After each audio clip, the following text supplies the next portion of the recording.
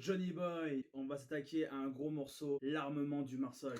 Et ça va chier. Le premier point qu'on va aborder, c'est l'arme de base du Marsoc, le M4A1 de Colt. Il a été divisé en deux grosses catégories. Le bloc 2, ici présent, avec un RIS en FDE pour Flat Dark Hertz, en 9 pouces et demi et un canon de 10,3 pouces. Si le RIS FDE vous intéresse, vous pouvez vous pencher sur les produits de Nuprol ou de Madbull qui proposent ce RIS en une couleur qui est assez fidèle à l'original et bien sûr avec les marquages. Vous ne trouvez pas de RIS FDE, mais vous avez un RIS Daniel Défense noir, pas de problème. Mettez-le au four à la bonne température. Il existe plusieurs tutos sur YouTube qui vous permettent de réaliser cette opération sans souci. La troisième solution, c'est la peinture. Mais là, c'est à vos risques et périls pour trouver la bonne couleur et quelque chose qui soit harmonieux avec votre tenue. Il existe différentes photos sur internet, vous pouvez bien sûr vous en inspirer. Pour les plus fins d'entre nous, vous avez l'option 12 pouces. 12 pouces c'est la longueur du RIS et le canon fait 14,5 pouces. Dans des cas très rares, on peut voir certains opérateurs sans M203.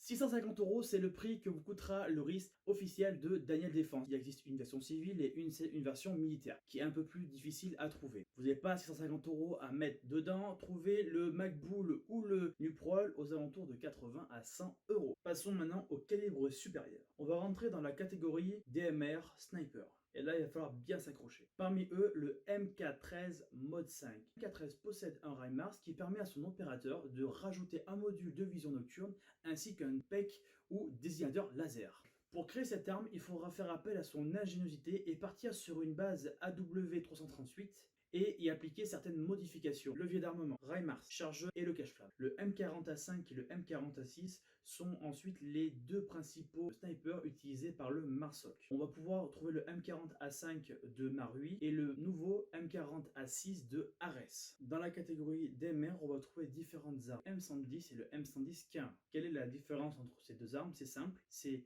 la crosse ainsi que le RIS. Si le M110 vous intéresse, il faudra bien sûr partir essentiellement sur du Ares. Pour conclure sur les DMR, on va vous parler des MK17, plus communément appelés Scar H. Le MK17 permet aussi d'utiliser un lance-grenade appelé EGLM.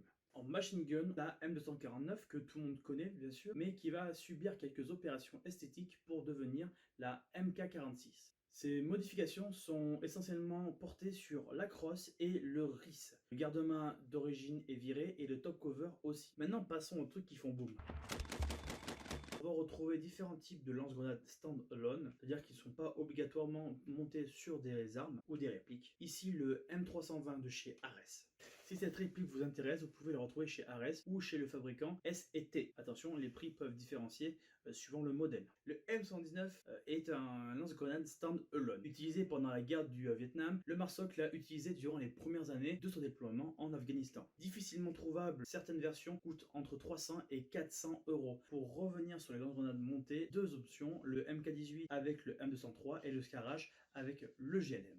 Le Marsoc utilise 4 modèles de lance-roquettes. Le premier c'est le M72 Lao. L'AT4 qui fait partie de l'arsenal du Marsoc. Disponible bien sûr en airsoft, c'est un produit qui est assez onéreux aux alentours de 400 €. Le Carl Gustav et le Javelin sont des armes utilisées par le Marsoc.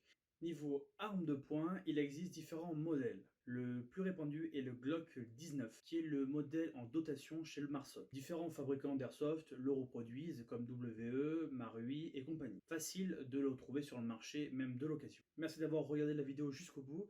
Abonnez-vous à notre page, lâchez un petit commentaire si vous avez des questions, on y répondra avec plaisir. À très bientôt et bon gear à tous.